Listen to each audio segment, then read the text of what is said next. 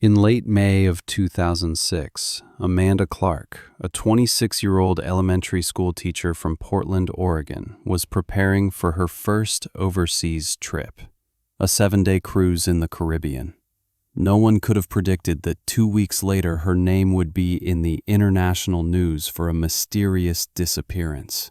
And 2 years later, a waterproof camera washed ashore on a tiny island would be the key to solving a series of crimes that shook the entire cruise industry. We always think tragedy is something that happens to someone else, never to us or our loved ones, recalls Melissa Clark, Amanda's sister, sitting in the living room of her parents' home, where time seems to have stopped. On the walls are pictures of a smiling young woman in a graduation gown, with a group of children from her class, against a backdrop of mountains while hiking. Amanda always said, "Life is too short to put dreams on hold." During the school year 2005 to 2006, Amanda was promoted to head teacher at Riverwood Elementary School, allowing her to finally fulfill a long-time dream of seeing the turquoise waters of the Caribbean Sea.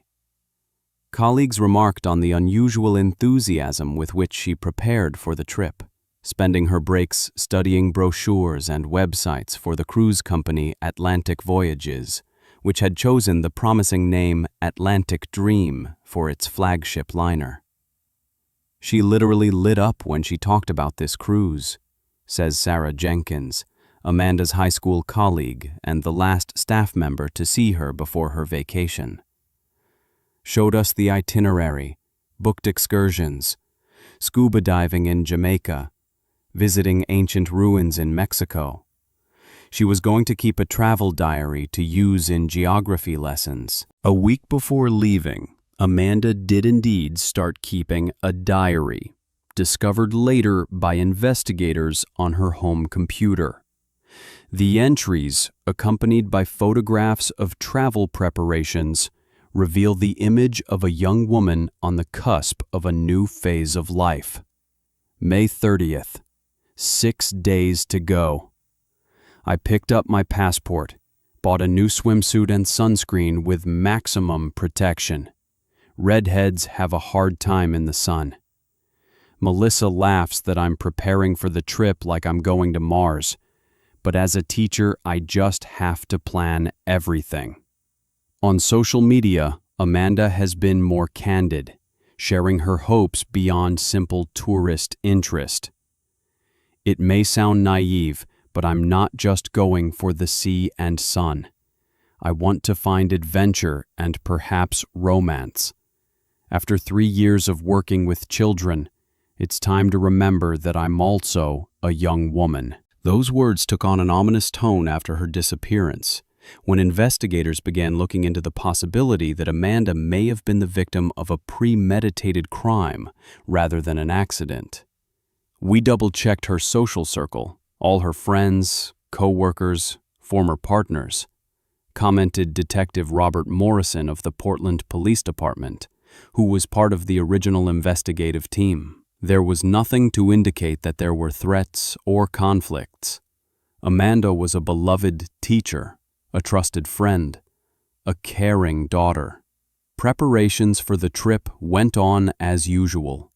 Melissa helped her sister with closet choices, insisting on practical minimalism: a few summer dresses, shorts, tops, one evening gown for the captain's dinner. During the investigation, Melissa emphasized one fact: Amanda had spent a considerable sum on a new waterproof camera. She was obsessed with the idea of underwater filming, her sister recalls, showing photos from the electronics store of Amanda posing with the newly purchased camera.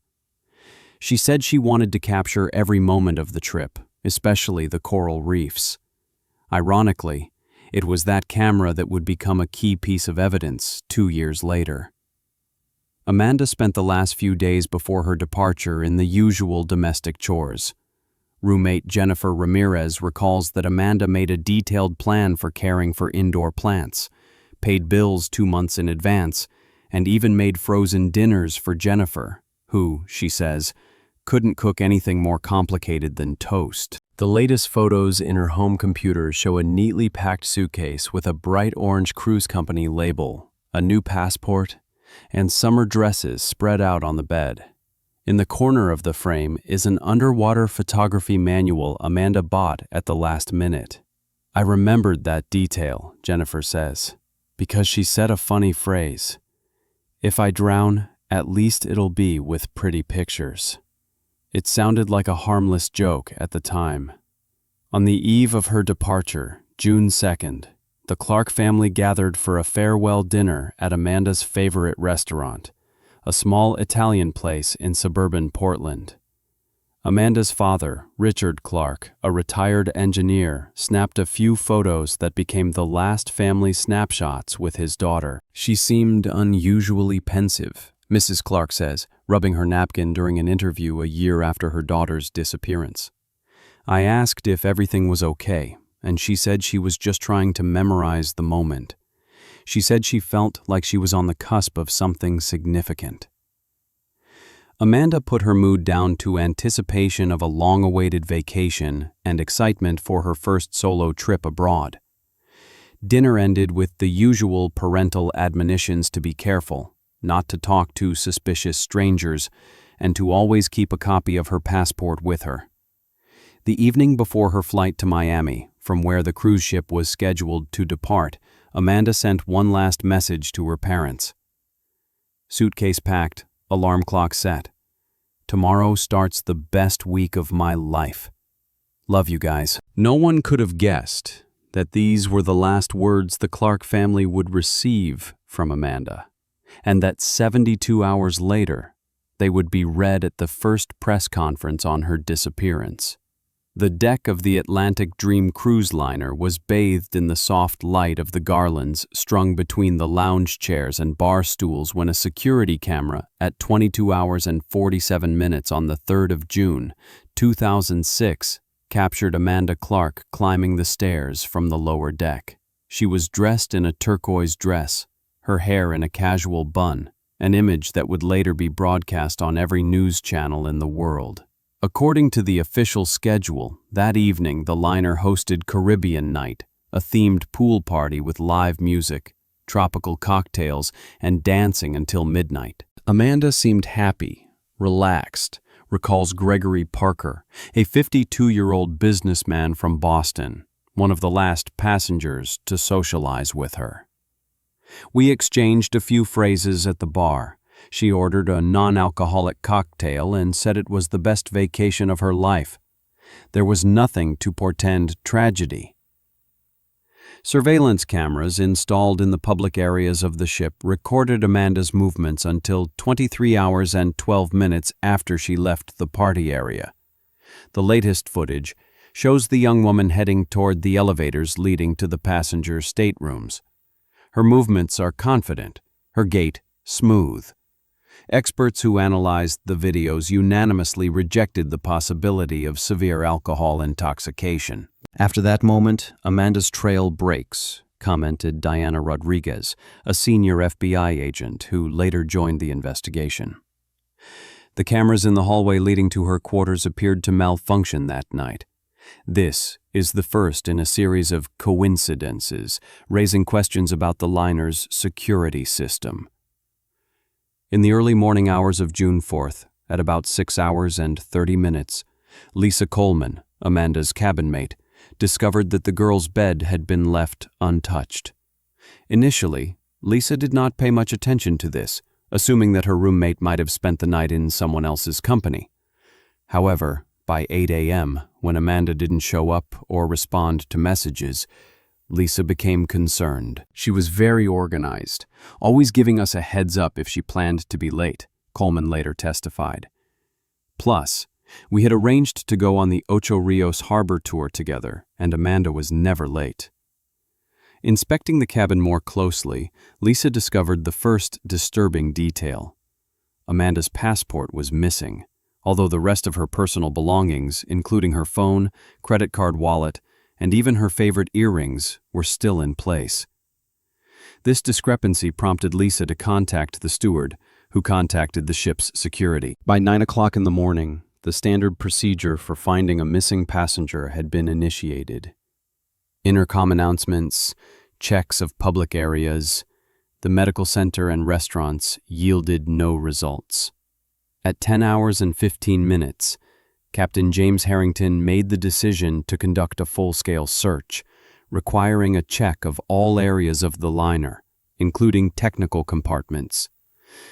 In a situation like this, time works against us, explains former cruise ship captain Michael Burns, who was not connected to the incident but commented on it for the documentary Disappeared at Sea. If a passenger has fallen overboard, every minute reduces the chances of rescue.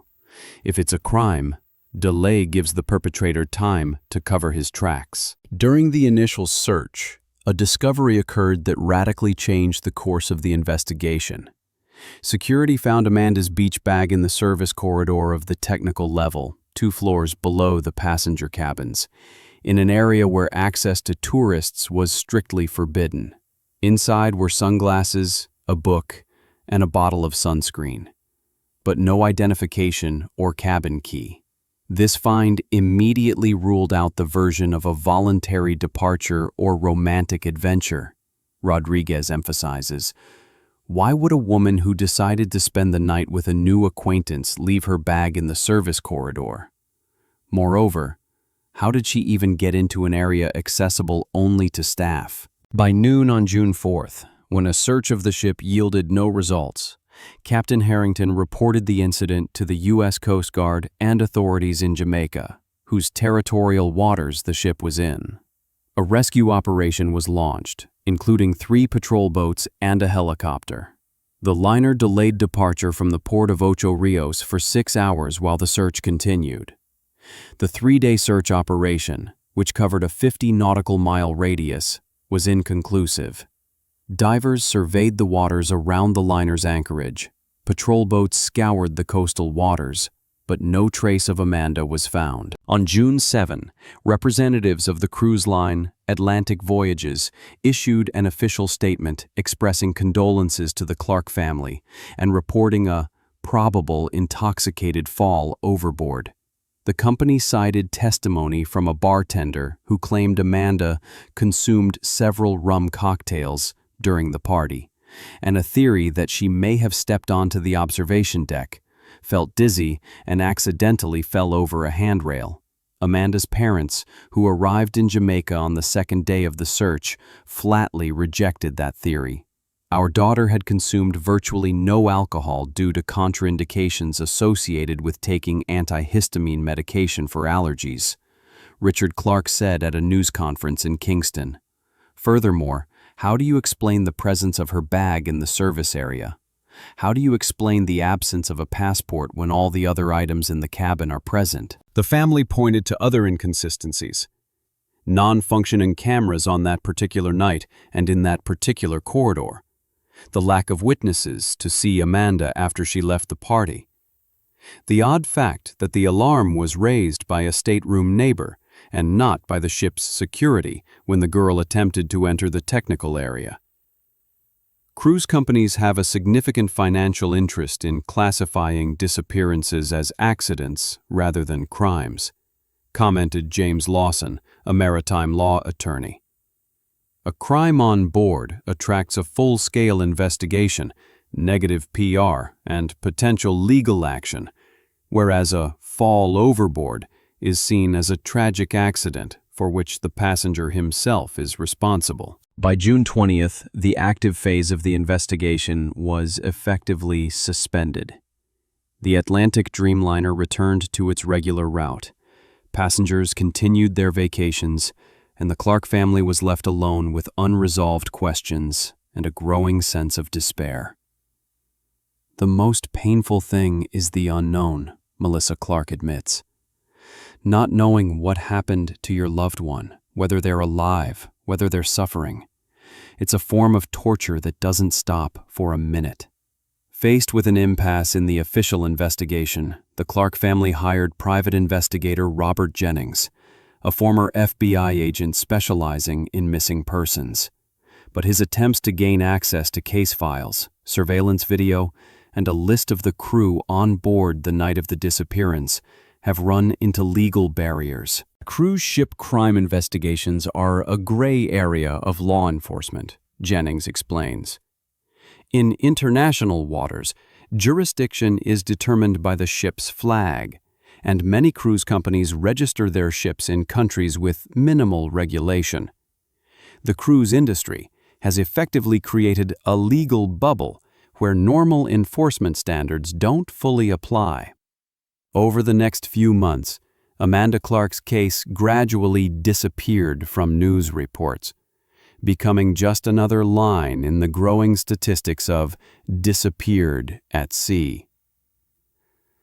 Only her family's persistence and an incredible coincidence 2 years later prevented the story from fading into oblivion, along with dozens of other unsolved cruise ship disappearances.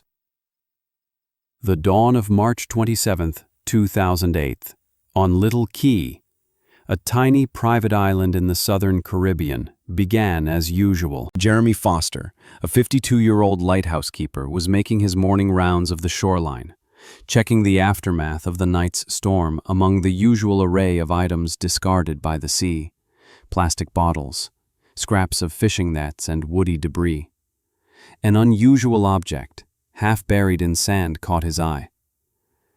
At first I mistook it for an ordinary digital camera, the kind tourists lose a lot, Foster says, sitting on the veranda of his cabin at the foot of the lighthouse. But when I picked it up, I noticed that the case is waterproof, with a trademarked protection rating of up to 30 meters. Despite 2 years in seawater, it looked almost undamaged. Determined to see if the device worked, Foster removed the memory card and, to his surprise, found that it retained its contents. Transferring the files to his laptop, he opened a folder with several dozen photos. A smiling, red-headed woman against the backdrop of a cruise ship, views of a sea sunset, group shots from excursions. The last pictures made me wary, Foster continues, his voice growing quieter. They were taken in some technical rooms, poorly lit, with pipes and equipment. The last shots showed a blurry figure stalking the photographer. It looked like documentation of something dangerous, perhaps an escape. The lighthouse keeper, a former Coast Guard officer, recognized the images as potential evidence of a crime and immediately contacted authorities. 4 hours later, an investigative team from the Jamaica Regional Police Department arrived on the island, and by late afternoon, the photos were already being examined by FBI analysts. The metadata of the photographs indicated that they were taken on the night of June 4, 2006, commented Special Agent Diana Rodriguez, who led the reopened investigation. From the camera's model number and images, we were able to quickly link the find to Amanda Clark's case. Her sister confirmed that Amanda purchased this exact camera before the cruise. The last 10 photographs, taken between 23 hours and 31 minutes and 23 hours and 57 minutes, followed an ominous narrative. The first of these showed the service corridor, obviously filmed furtively. This was followed by shots of the engine room, the storage rooms. The last 3 images showed the blurred figure of a man in a ship's employee uniform stalking the photographer. The images became increasingly fuzzy, conveying a sense of panic and movement. These photographs turned the whole investigation upside down, Rodriguez notes. They proved that Amanda wasn't just missing or falling overboard. She was actively documenting something in a no-passenger zone and appeared to have been discovered and pursued. The camera find sparked a renewed search effort in the Little Key area. 6 days later, on April 2nd, a group of local fishermen found remains entangled in a coral reef 3 nautical miles off the island.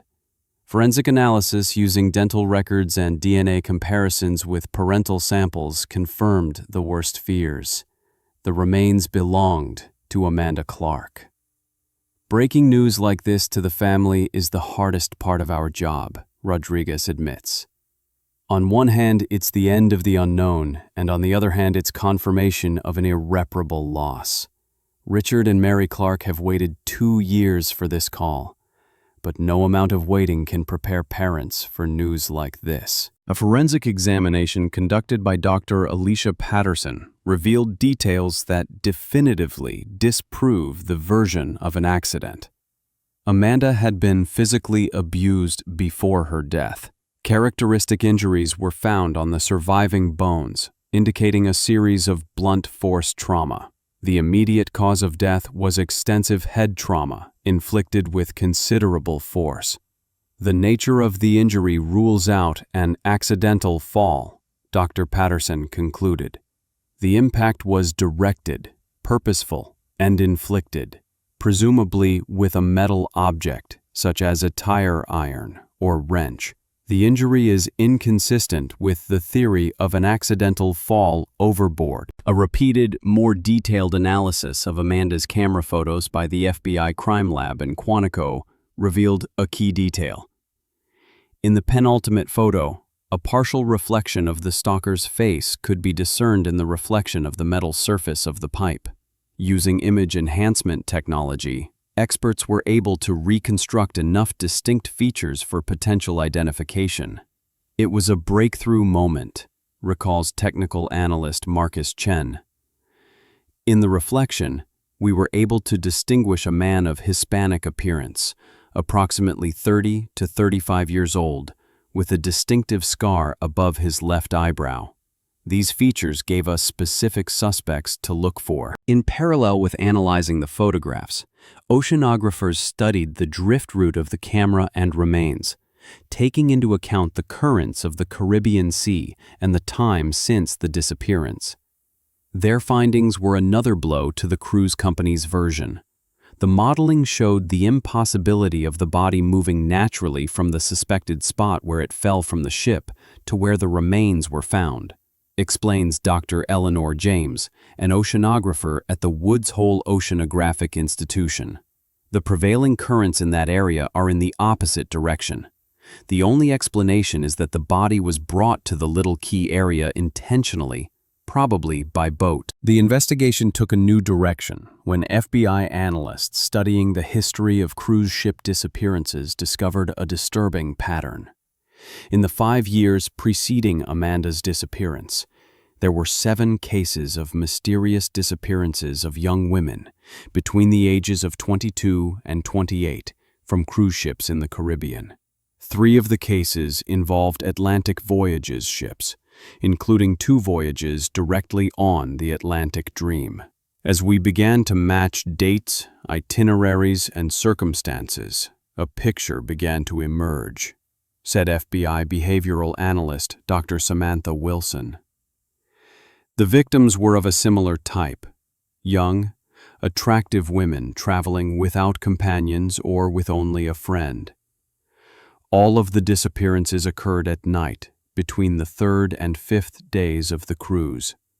All were explained by the companies as likely falls overboard. FBI agents requested from the cruise company the complete crew lists of the Atlantic Dream and other liners for the dates of all 7 disappearances. Analysis revealed 18 people who had worked aboard at the time of 3 or more of the incidents. Of particular note was the technical staff who had access to the offices captured in Amanda's last photographs. At this point, we began to realize that we were not dealing with an isolated crime, but a series, Agent Rodriguez concludes. The predator chose the perfect environment for his operation. A floating city with an ever-changing population, blurred jurisdiction, and limited opportunities for a meaningful forensic investigation. Amanda's family, upon receiving confirmation of their daughter's death, transformed their grief into a determination to seek justice. We always knew the official version was untrue, says Richard Clark. Now we have the evidence, and we won't stop until those responsible are brought to justice. And not just the direct killer, but the system that allowed him to operate with impunity for years. The investigation got a new lease on life in early April of 2008, when the evening edition of American Crime Story showed an enhanced image of the face of Amanda's alleged stalker, reconstructed from the reflection in the metal surface of the pipe. FBI phone lines began to get red-hot with calls as early as an hour after the broadcast.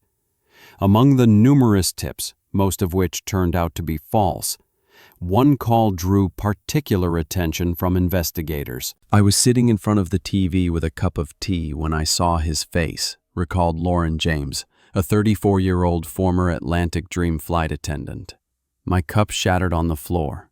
That scar above his eyebrow, those eyes, I'd recognize them anywhere." Michael Rivera, air conditioning service technician. "We worked the same shift for almost a year." The next morning, Lauren James testified at the FBI's Miami regional office.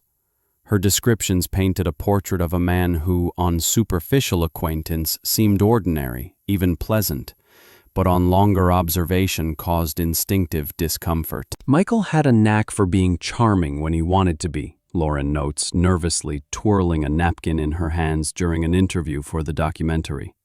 "Always smiled, offered to help, knew virtually every crew member by name. But there was a certain naivete about him, like he was wearing a mask."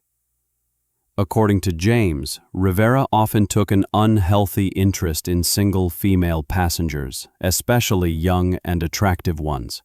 He studied passenger lists, figured out their excursion itineraries, and made what he called dating cards. He offered the girls exclusive excursions into the closed areas of the ship, the engine room, the captain's bridge, the technical rooms. Lauren continues. Said he could show them the real life of a cruise ship, something that was hidden from regular tourists. Many agreed. It sounded like an adventure. Particularly disturbing in Lauren's testimony was the account of Rivera's collection. In his cabin, he kept small personal items from female passengers, bracelets, hair clips, sunglasses, that he claimed were forgotten by them during his excursions. "One day I saw a beautiful enamel brooch in the shape of a butterfly in his possession," James recalls. When I asked where it came from, Michael replied with a sort of odd smile, "Mistress won't come back for it again." I didn't give it much thought at the time, but those words sound very different now. James's testimony set off an intense investigation. FBI agents working with crew lists from various cruise companies discovered that a man known as Michael Rivera had worked on 5 different cruise ships under 3 different names over a 7-year period. His employment oddly coincided with the dates of several unsolved disappearances. "He was like a ghost in the system," commented Special Agent James Morrison, who leads the computer forensics team. "Changed the spelling of his name a little bit, used different social security numbers, gave different places of birth. Not different enough to raise suspicion on a cursory check, but enough to make it difficult to track his movements." A review of his work history showed a pattern. Rivera would usually quit 2 or 3 weeks after each disappearance, ostensibly for family reasons, and then reappear on a different ship, often with a different company, under a slightly changed name. The turning point in the investigation came when agents were able to trace the suspect's last known movements. After his dismissal from the Atlantic Dream in late June of 2006, 3 weeks after Amanda's disappearance, Rivera's trail had been cut off for several months. Then he appeared under the name Peter Sanchez in Coral Key, a small coastal town in the Florida Keys. "We discovered he was working for a boat rental company called Blue Wave," says Agent Diana Rodriguez. "The perfect job for him, constant access to the sea, contact with tourists, and the ability to move freely between islands. Yet he kept a low profile, living in an isolated cabin on the outskirts of town." The FBI capture team set up surveillance on the suspect, gathering evidence and building an irrefutable evidence base. Agents disguised as tourists rented boats, collected DNA samples from items Rivera touched, and recorded his daily routes. "We couldn't afford to scare him off," Rodriguez explains. "If he suspected surveillance, he could have destroyed the evidence or gone into hiding. Plus, we had no certainty that he was acting alone. We needed a full immersion into his life." A search warrant for Rivera's home was obtained on April 22nd after preliminary DNA testing showed a match between samples from his work tools and biological material found on Amanda's remains. What the agents discovered in the unremarkable-looking cabin exceeded the darkest expectations. The carefully camouflaged basement room, hidden beneath a removable floor in a storage closet, contained a veritable museum of victims, neatly organized personal belongings of women, photographs, diary entries. "It was like a temple, a creepy altar," recalls Agent Kevin Ramirez, who participated in the search. Glass display cases with jewelry, articles of clothing, accessories. Each display case had a plaque with the date and initials. AC for Amanda Clark, SM for Sarah Morris, who disappeared in the year 2004, and so on. 7 display cases in all. Among the items that belonged to Amanda were silver starfish-shaped earrings that her parents unmistakably identified. "It was a present for her 25th birthday," Richard Clark confirmed, holding back emotion. "Amanda was very fond of nautical themes." Most valuable to the investigation were the diaries that Rivera kept with the methodicality of a scientist, documenting every stage of his crimes. Victim selection, surveillance, the tour invitation, the details of the murders, and the methods of disposing of the bodies. These records reveal not just a serial killer, but a man obsessed with control and power, comments Dr. Elizabeth Crawford, a forensic psychiatrist brought in to analyze the materials. He describes his victims as exhibits, specimens for his collection. The process was more important to him than the outcome, the planning, the tracking, the very moment the victim realized he was trapped. The final confirmation of Rivera's guilt came with the results of DNA forensics. Biological material found on the victim's belongings matched samples recovered from under Amanda's fingernails. In addition, skin microparticles, also belonging to Rivera, were found on the inside of a bracelet belonging to another victim, Christine Parker, who went missing in 2005. Modern forensics makes it nearly impossible to commit a perfect crime, notes Dr. Alicia Patterson. Even years later, even in seawater, DNA is preserved enough to identify the perpetrator. In Rivera's case, we were fortunate that he kept his victims' belongings. This created an additional evidentiary base. Gradually, investigators reconstructed a complete picture of the crimes. Rivera worked according to a well-honed scheme. He chose lonely young women, offered exclusive excursions to the technical areas of the ship where he attacked them, killed them, and then, under cover of night, threw the bodies overboard with a tide load to drown. He carefully chose the time and place to avoid detection by surveillance cameras. Amanda disrupted his scheme, Agent Rodriguez concluded. Apparently, she suspected something and started taking pictures, documenting her observations.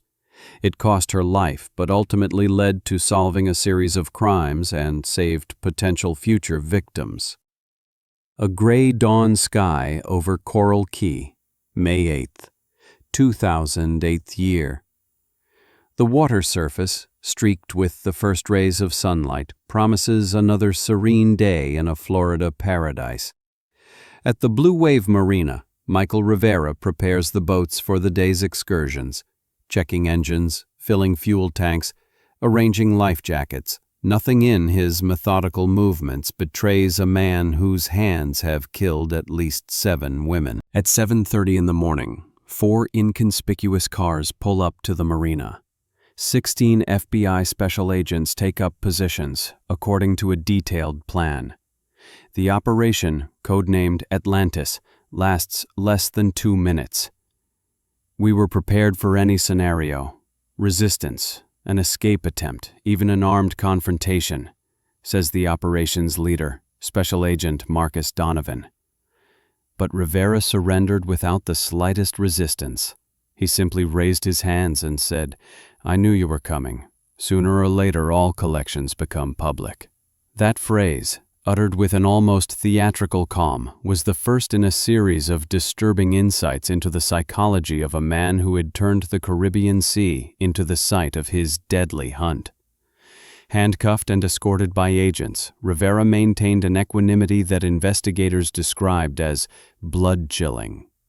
There was no fear or remorse in his eyes, recalled Agent Diana Rodriguez, just a strange mixture of curiosity and humility, as if he'd been arrested for an unpaid parking ticket rather than a series of brutal murders. Rivera's serenity was shattered 36 hours after his arrest, when, in pretrial detention, he attempted suicide by slicing open his veins with a homemade blade extracted from a plastic razor. Prompt intervention by prison medics saved his life, ensuring the continuation of the legal process that the victims' families had longed for. The lengthy trial began in September of 2008 and lasted nearly 7 months. U.S. Attorney for the Southern District of Florida, Rachel Montgomery, presented the court with an impressive array of evidence.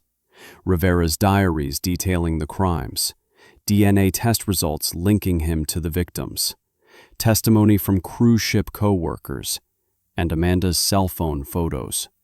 This case is remarkable, not only for its brutality, but also for its unprecedented documentation, commented Montgomery.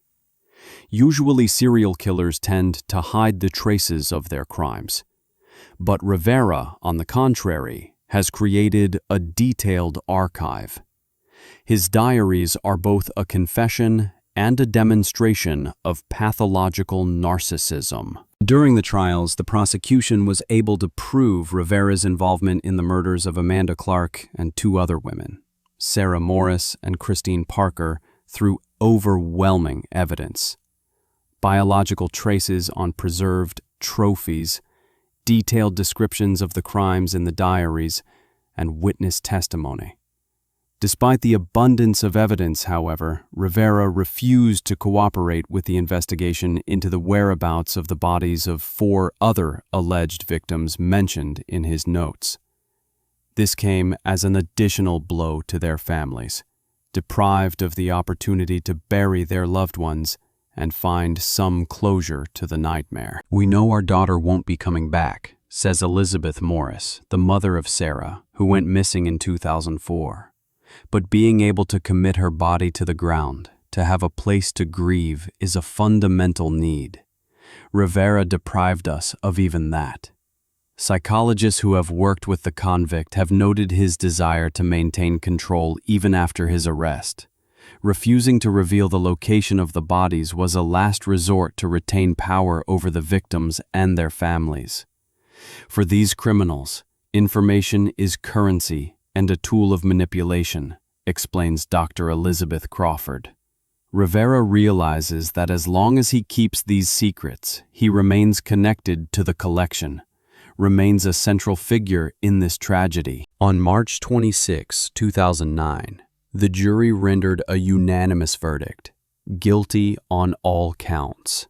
Judge Robert Garland sentenced Michael Rivera to 3 consecutive life terms without parole.